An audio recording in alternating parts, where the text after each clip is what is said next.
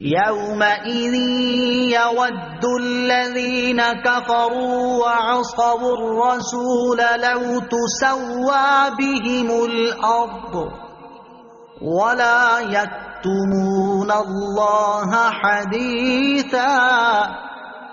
ترجمہ، اس دن کفار اور رسول کی نافرمانی کرنے والے تمنا کریں گے کہ کاش انہیں مٹی میں دبا کر زمین برابر کر دی جائے، اور وہ کوئی بات اللہ سے چھپا نہ سکیں گے۔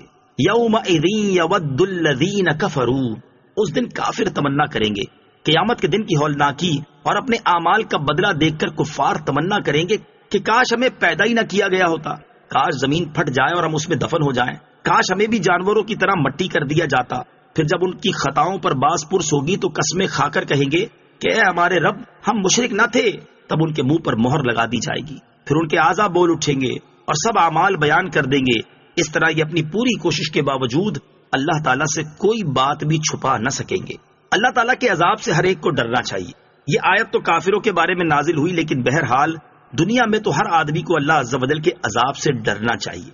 یہی وجہ ہے کہ قیامت کی ہولناکی اور عذاب جہنم کی شدت کے پیش نظر ہمارے اکابر اسلاف اور بزرگان دین بھی تمنا کرتے تھے کہ کاش وہ پیدا ہی نہ ہوئے ہوتے۔ امیر المومنین حضرت ابوبکر صدیق رضی اللہ تعالیٰ عنہ نے ایک بار پرندے کو دیکھ کر ارشاد فرمایا، اے پرندے، کاش میں بھی تمہاری طرح ہوتا اور مجھے انسان نہ بنایا جاتا۔ امیر المومنین حضرت عمر فاروق رضی اللہ تعالیٰ عنہ کا فرمان ہے، میری تمنا ہے کہ میں ایک مینڈا ہوتا جسے میرے اہل خانہ اپنے مہمانوں کے لیے ذبح کر دیتے۔ حضرت ابو ذر رضی اللہ تعالیٰ عنہ کا قول ہے، کاش میں ایک درخت ہوتا جو کاٹ دیا جاتا۔ امیر المومنین حضرت عثمان غنی رضی اللہ تعالیٰ عنہ فرمایا کرتے، میں اس بات کو پسند کرتا ہوں کہ مجھے وفات کے بعد نہ اٹھایا جائے۔ حضرت طلحہ اور حضرت زبیر رضی اللہ تعالیٰ عنہ فرمایا کرتے، کاش ہم پیدا ہی نہ ہوئے ہوتے۔ ام المومنین حضرت عائشہ صدیقہ رضی اللہ تعالیٰ عنہا فرمایا کرتی، کاش میں کوئی بھولی بسری چیز ہوتی۔ حضرت عبداللہ بن مسعود رضی اللہ تعالیٰ عنہ فرمایا کرتے، کاش میں راکھ ہوتا۔ یہ کلمات ان ہستیوں کے ہیں جو زبان رسالت سے قطعی جنتی ہونے کی بشارت سے بہرہ مند ہوئے، جبکہ اب کے لوگوں کی حالت یہ ہے کہ عمل نام کی کوئی چیز پلے نہیں اور بے حساب مغفرت کا یقین دل میں سجائے بیٹھے ہیں۔ اے کاش ہمیں بھی حقیقی معنوں میں ایمان پر خاتمے کی فکر، قبر و حشر کے پرہول لمحات کی تیاری کی سوچ، عذاب جہنم سے ڈر اور جبار و قہار رب عز و جل کا خوف نصیب ہو جائے۔ یا ایھا الذین آمنوا لا تقربوا الصلاة وانتم سکارى حتى تعلموا ما تقولون ولا جنبا إلا عابري سبيل حتى تغتسلوا وَإِن كُنتُم مَّرْضَىٰ أَوْ عَلَىٰ سَفَرٍ أَوْ جَاءَ أَحَدٌ مِّنكُم مِّنَ الْغَائِطِ أَوْ لامستم النساء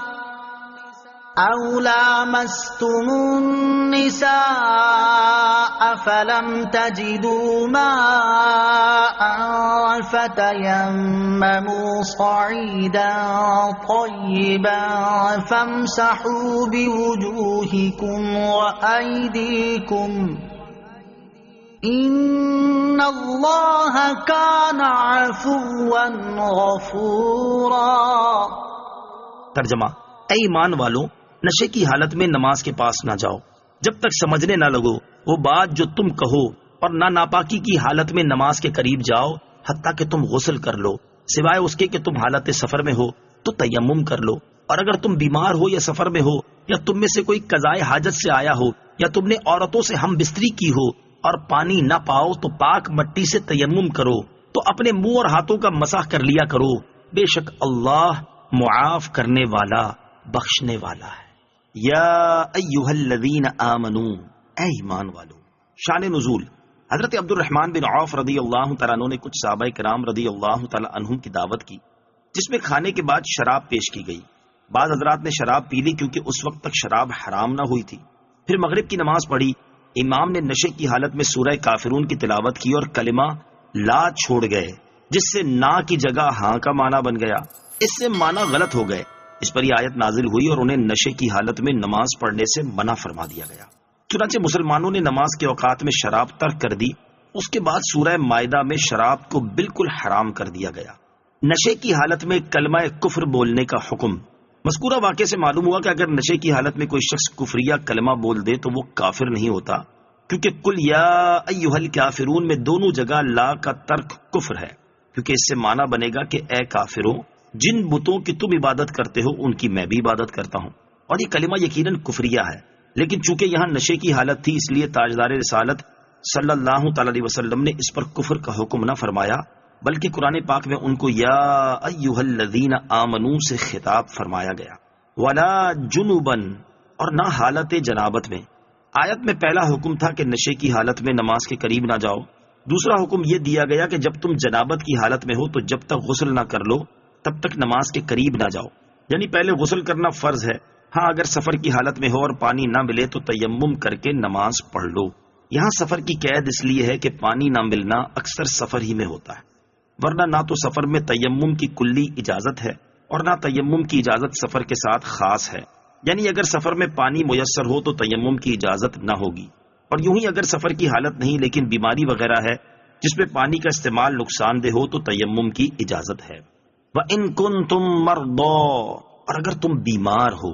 آیت میں تیسری بات جو ارشاد فرمائی گئی اس میں تیمم کے حکم میں تفصیل بیان کر دی گئی، جس میں یہ بھی داخل ہے کہ تیمم کی اجازت جس طرح بے غسل ہونے کی صورت میں ہے اسی طرح بے وضو ہونے کی صورت میں ہے. چنانچہ فرمایا گیا کہ اگر تم بیمار ہو یا سفر میں ہو اور تمہیں وضو یا غسل کی حاجت ہے، یا تم بیت الخلاء سے قضاء حاجت سے فارغ ہو کر آؤ اور تمہیں وضو کی حاجت ہو، یا تم نے عورتوں سے ہم بستری کی ہو اور تم پر غسل فرض ہو گیا ہو، تو ان تمام صورتوں میں اگر تم پانی کے استعمال پر قادر نہ ہو، خواہ پانی موجود نہ ہونے کے باعث یا دور ہونے کے سبب یا اس کے حاصل کرنے کا سامان نہ ہونے کے سبب یا سانپ، درندہ، دشمن وغیرہ کے ڈر سے، تو تیمم کر سکتے ہو. یاد رہے کہ جب عورت کو حیض و نفاس سے فارغ ہونے کے بعد غسل کی حاجت ہو اور اگر اس وقت پانی پر قدرت نہ پائے تو اس صورت میں اسے بھی تیمم کی اجازت ہے، جیسا کہ حدیث شریف میں آیا ہے فَتَيَمَّمُوا صَعِيدًا طَيِّبًا، تو پاک مٹی سے تیمم کرو. آیت کے آخر میں تیمم کرنے کا طریقہ بھی ارشاد فرمایا، جس کا خلاصہ چند احکام یہ ہیں. نمبر 1، تیمم کا طریقہ. تیمم کرنے والا پاکی حاصل کرنے کی نیت کرے اور جو چیز مٹی کی جنس سے ہو جیسے گرد، ریت، پتھر، مٹی کا فرش وغیرہ، اس پر 2 مرتبہ ہاتھ مارے. ایک مرتبہ ہاتھ مار کر چہرے پر پھیر لے اور دوسری مرتبہ زمین پر ہاتھ پھیر کر کونیوں سمیت دونوں ہاتھوں پر پھیر لے. تیمم کے 2 احکام. نمبر 1، ایک تیمم سے بہت سے فرائض و نوافل پڑھے جا سکتے ہیں. نمبر 2، تیمم کرنے والے کے پیچھے غسل اور وضو کرنے والے کی اقتدا صحیح ہے. نوٹ: تیمم کے بارے میں مزید احکام جاننے کے لیے بہار شریعت جلد 1 حصہ نمبر 2 تیمم کا بیان مطالعہ فرمائیں. آیت مبارکہ کے آخری جز کا شان نزول یہ ہے کہ غزوہ بنی مستلق میں جب لشکر اسلام رات کے وقت ایک بیابان میں ٹھہرا جہاں پانی نہ تھا اور صبح وہاں سے کوچ کرنے کا ارادہ تھا، وہاں ام المومنین حضرت عائشہ رضی اللہ تعالی عنہا کا ہار گم ہو گیا. اس کی تلاش کے لیے سید دو عالم صلی اللہ تعالی علیہ وسلم نے وہاں قیام فرمایا. صبح ہوئی تو پانی نہ تھا. اس پر اللہ تعالیٰ نے تیمم کی آیت نازل فرمائی. یہ دیکھ کر حضرت اسید بن حدیر رضی اللہ تعالی عنہ نے کہا کہ اے آل ابو بکر، یہ تمہاری پہلی ہی برکت نہیں ہے، یعنی تمہاری برکت سے مسلمانوں کو بہت آسانیاں ہوئیں اور بہت فوائد پہنچے. پھر جب اونٹ اٹھایا گیا تو اس کے نیچے ہار مل گیا. ہار گم ہونے اور رحمت دو عالم علیہ الصلوۃ والسلام کے نہ بتانے میں بہت سی حکمتیں تھیں. حضرت عائشہ صدیقہ رضی اللہ تعالی عنہا کے ہار کی وجہ سے نبی رحمت صلی اللہ تعالی علیہ وسلم کا وہاں قیام فرمانا حضرت عائشہ کی فضیلت و مرتبے کو ظاہر کرتا ہے. اور صحابہ کرام رضی اللہ تعالی عنہم کے ہار تلاش کرنے میں اس بات کی ہدایت ہے کہ حضور تاجدار انبیاء صلی اللہ تعالی علیہ وآلہ وسلم کی ازواج مطہرات کی خدمت مومنین کی سعادت ہے. نیز اس واقعے سے تیمم کا حکم بھی معلوم ہو گیا جس سے قیامت تک مسلمان نفع اٹھاتے رہیں گے. سبحان اللہ. أَلَمْ تَرَ إِلَى الَّذِينَ أُوتُوا نَصِيبًا مِنَ الْكِتَابِ يَشْتَرُونَ الضَّلَالَةَ وَيُرِيدُونَ أَن تَضِلُّوا السَّبِيلَ. ترجمہ: کیا تم نے ان لوگوں کو نہ دیکھا جنہیں کتاب سے ایک حصہ ملا کہ وہ گمراہی خریدتے ہیں اور چاہتے ہیں کہ تم بھی راستے سے بھٹک جاؤ؟ الم ترا، کیا تم نے نہ دیکھا؟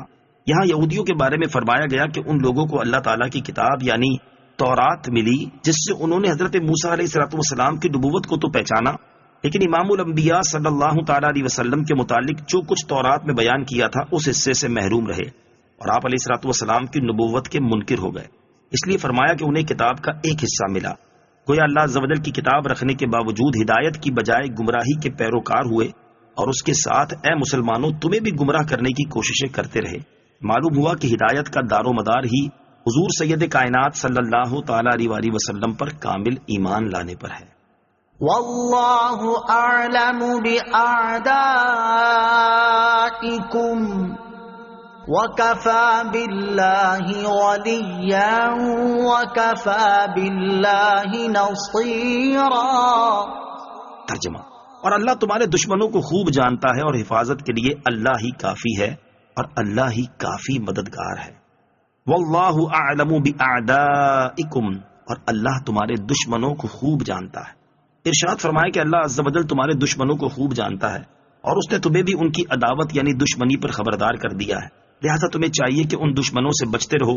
یقیناً اللہ عز و جل ہم سے زیادہ ہمارے دشمنوں کو جانتا ہے، لہذا جسے وہ دشمن فرما دے وہ یقیناً ہمارا دشمن ہے، جیسے شیطان اور کفار و منافقین۔